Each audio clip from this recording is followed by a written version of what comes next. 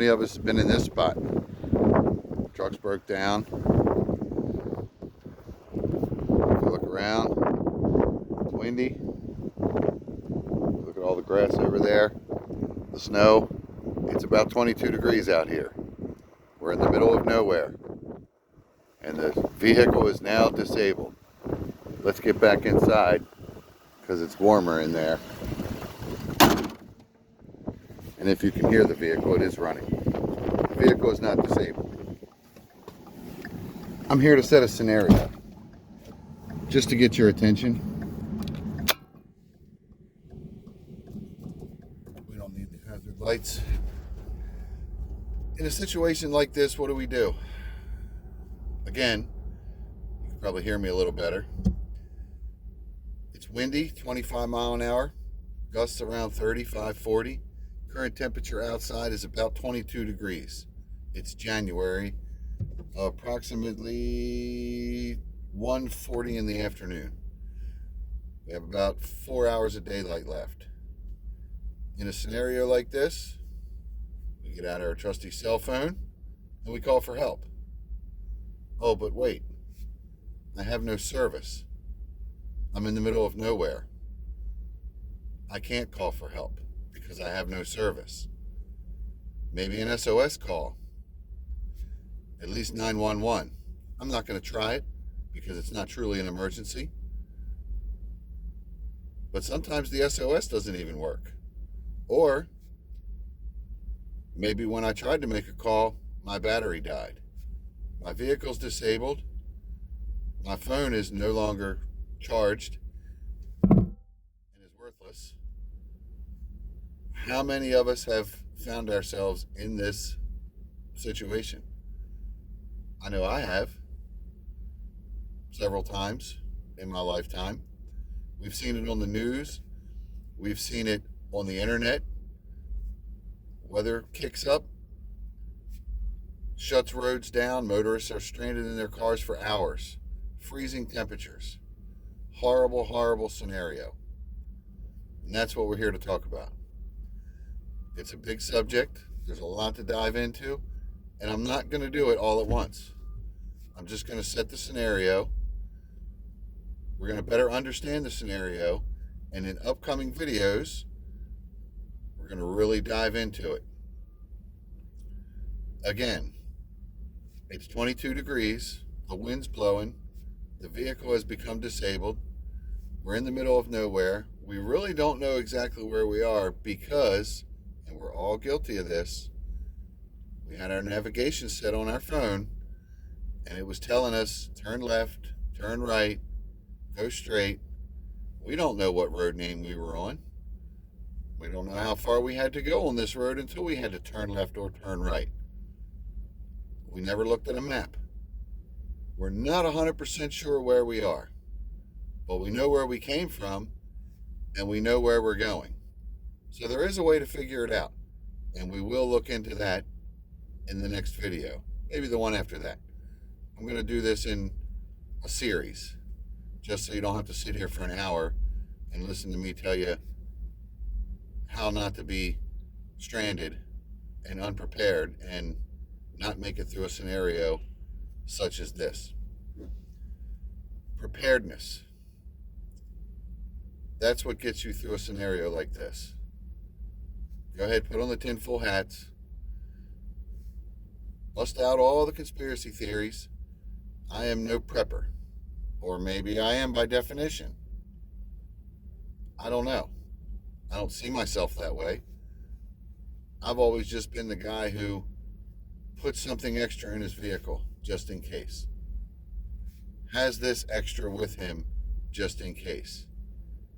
I recently did a live, several of them, with a Facebook page, 302 Paracord and Outdoors. The page is based about hiking, backpacking, camping. Been doing that since I was young. One of our latest videos was on EDC. Stands for everyday carry. A pocket knife, a flashlight, many other things can fall under the everyday carry category. Another rabbit hole we'll dive down in another video. In a situation like this, what happens? Most of the time, you just wait it out. Somebody will drive by. But again, it's just before 2 p.m. It's January. There is 2 to 3 hours of daylight left. Once it gets dark, it's really going to start getting cold. It's already 22 degrees. Overnight temps could drop into the teens. Most likely they will. Do we have enough clothing? We're stuck here. Do we have water, something to drink? How prepared are we? That's what we're going to dive into. In a situation like this, it's not difficult for a situation to go from bad to worse. And that's what we don't want to happen. We don't want the situation that we're in, it's already bad. We don't want it to get worse. And making a poor decision could very easily make the situation worse. Getting out of our vehicle and walking up some road that we don't know where it goes or what's up there is probably a bad decision at this point. They say all the time, stay in your vehicle. That's the safest place, stay in your vehicle. There are situations where staying in the vehicle is not the best decision. We'll talk about that later as well. But for right now, in my current situation, staying in my vehicle is the best decision I could make. If I were to try to walk somewhere, I don't see any houses, I don't see anything. You might have saw the background. I'm on a job site. Vehicle's fine. I'm going to pull out and go home here shortly because my work day is just about over. But I thought I'd make a quick video so I can set this series up for you. As time progresses, it's going to get colder. We are at risk. Paying attention to the rule of threes. 3 minutes without air. 3 hours without shelter. 3 days without water. And 3 weeks without food. The rule of threes. 3 minutes in an environment that it's dusty, dirty, smoky, a lot of debris in the air, not the current environment, but without some sort of coverage, 3 minutes is about all you got. After that, it's going to get stupid. It's 22 degrees, the wind's blowing 25, 30 mile an hour. Without some sort of shelter or proper clothing, it's going to get stupid real quick. It's cold out. Just because deer and other animals live outside and seem to do fine, they're born into it. They know what they're doing. We live in a world where we keep our thermostats at 68 degrees. We crank the heat in the car. We wear nice warm clothes. We have blankets and wool socks and all this stuff to keep us warm in our warm environment, not in 22 degrees. Now, there's a ton of guys out there, including myself, that have lots of experience in the woods, hunting or fishing or hiking or camping, that could fare a little better. But there are people out there that don't do any of those activities. They don't spend a lot of time outside in the elements. Their bodies aren't accustomed to it. So getting out of this vehicle and walking, Lord knows how far, to find something could be a very bad idea and make the situation go from bad to worse. And that's what we don't want to happen. When the situation gets bad, things happen mentally. First of all, we're cut off from communication. We can't call for help. The car won't run.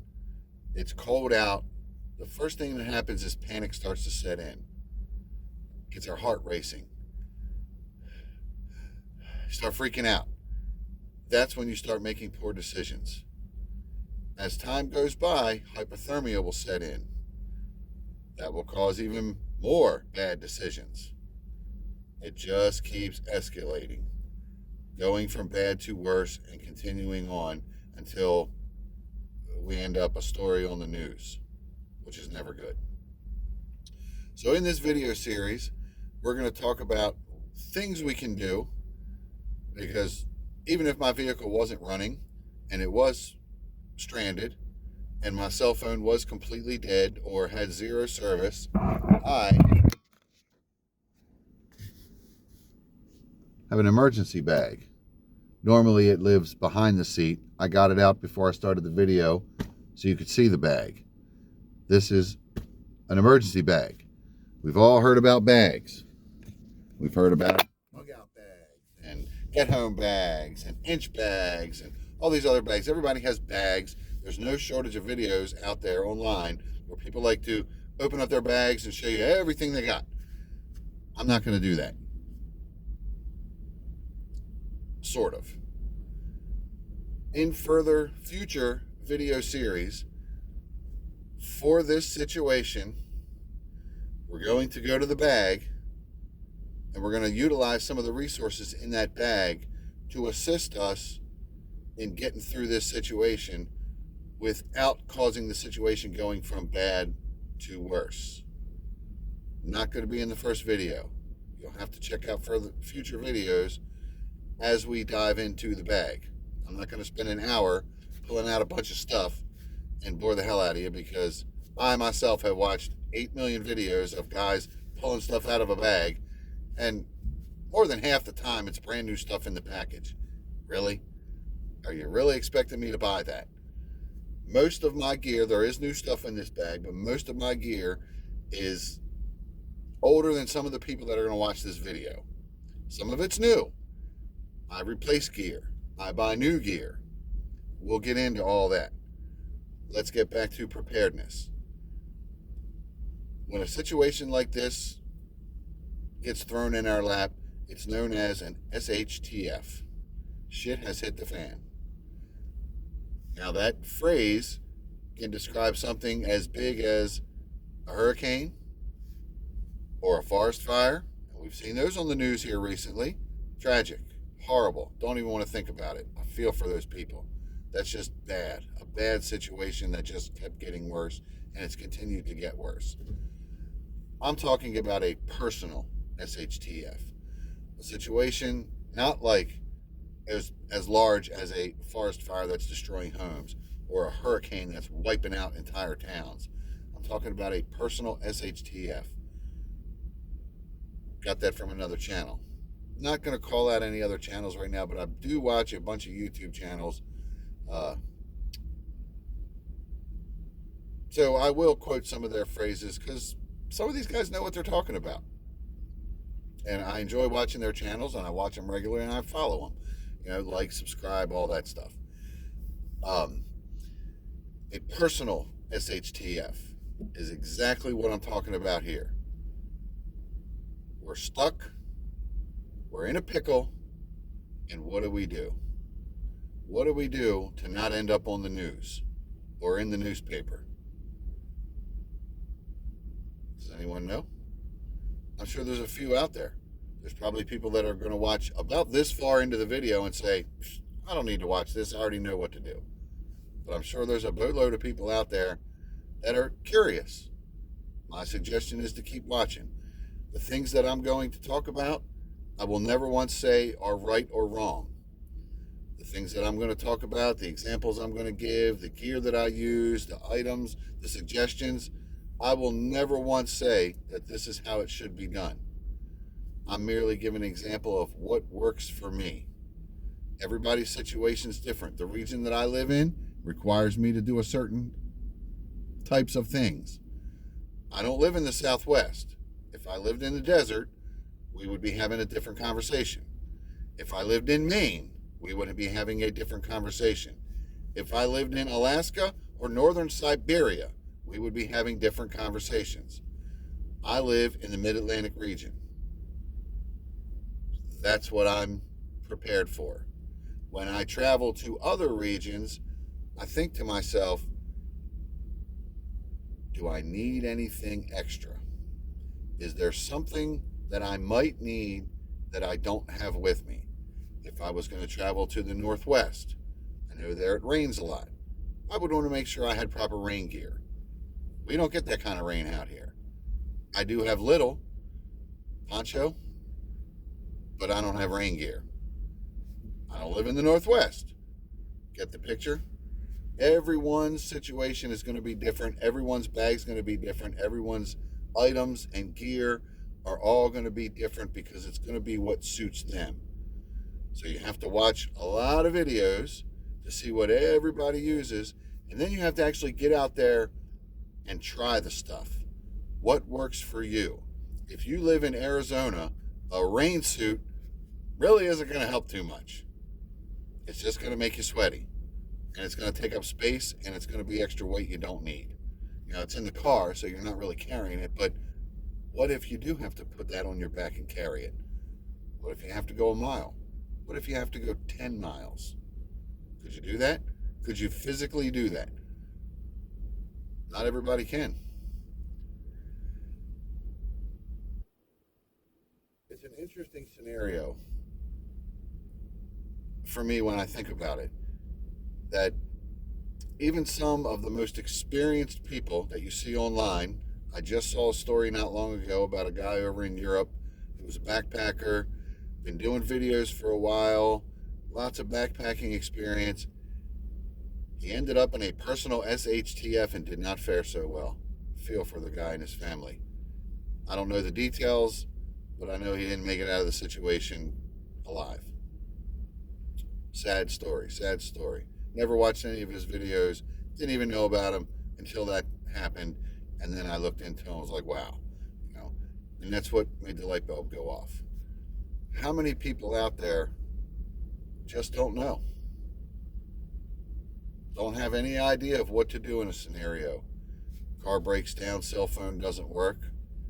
It's freezing cold outside, the wind's blowing, it's going to be dark soon. Should I walk? Should I sit? Those are the questions we're going to answer.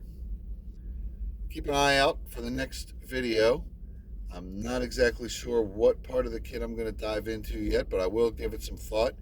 And in the next couple of days, we'll make the next video and we'll dive into something. But for right now, in our scenario, as I said, the best decision is to sit and wait. Somebody may drive by. It's only 2 o'clock in the afternoon. Most people don't get off work till 4 or 5. It could be dark when someone drives by. But with the hood up and the hazard lights on, if anyone does drive by, they'll see that there is an emergency, and more than likely they'll stop and offer to help. And then the situation doesn't go from bad to worse. It goes from bad to just sucky.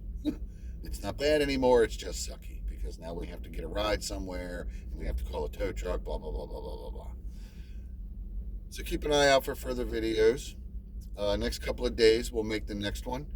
I'll try to keep them short, 12 to 15 minutes. I don't want to take up too much of everyone's time. I don't have a regular schedule with 302 Paracord and Outdoors yet as far as our lives go. We normally do them on Sundays, but I will touch base with them, or with him. Bruce is his name. I will touch base with him and see if we can kind of put together a regular schedule of at least doing them weekly. Over there, we talk about backpacking, camping, hiking. I don't dive as deep and don't plan on diving as deep into preparedness. Being prepared when we're camping. Being prepared when we're hiking. Being prepared when we're backpacking. On this channel, I'm just going to focus on being prepared for the stuff that life throws at us. And this is one of the things that life could throw at us. Maybe not today, maybe not tomorrow, but it's very possible. It could even be a loved one or a relative that ends up in a situation like this and calls for help. The things that can be learned here, learned? The things that I can show you here can be relayed to that individual in that situation. First and foremost, don't panic, calm down, it's going to be okay. It's not the end of the world. It's a difficult situation, but many have made it through situations like this before, and many will in the future. I'd like to think everyone will. I don't want to hear bad stories. No one does. So keep an eye out. I guess I need to say like, subscribe, ring the bell, whatever all that nonsense is. I'm not sure what the algorithm's going to do with these videos, We'll hope for the best. They're not monetized, so I'm making nothing here. I'm doing this in my free time. My workday is finished. I'm heading home. I thought I would take 15 or so minutes to get this series started, and we will come back to it in a couple of days. Until then, stay warm, stay safe. That's about it.